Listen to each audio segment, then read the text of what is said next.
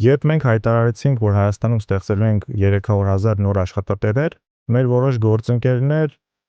սկսեցին ասել, որ դա հնարավոր չէ, որովհետև Հայաստանում կա ընդամենը 171,000 գործազուրկ եւ հետեւաբար եթե 171,000 գործազուրկ կա, ապա 300,000 աշխատատեղ ստեղծել հնարավոր չէ։ Սակայն նրանք մոռանում են նշել մի կարևոր փաստ, դա աշխատուժից դուրս բնակչությունն է, ովքեր գործազուրկ չեն համարվում, բայց իրականում նրանք նույն գործազուրկերն են եւ չունեն աշխատանք։ Այս մարդկանց թվականակը միայն 25-ից 54 տարեկանների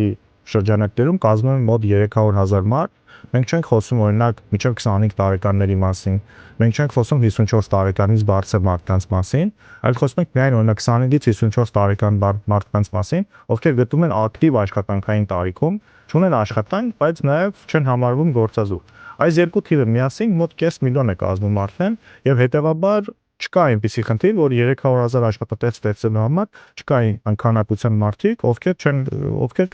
կմասնակցեն այդ նոր աշխատատեղերի ստեղծմանը եւ ովքեր այդ աշխատատեղերը հենց կստանձնեն, նոր աշխատանքներ կստանձնեն եւ հետեւաբար շատ ժամանակ այնպիսի տպավորություն է, որ մեր գործընկերները որոշել են ոչ թե քննարկեն խնդիրների բովանդակությունը, խնդիրների լուծման բովանդակությունը, թե ինչպես օրինակ այս խնդիրը լուծվելու, այլ նրանք ընդհանրապես որոշել են հերքել խնդրի ամբողջ գոյությունը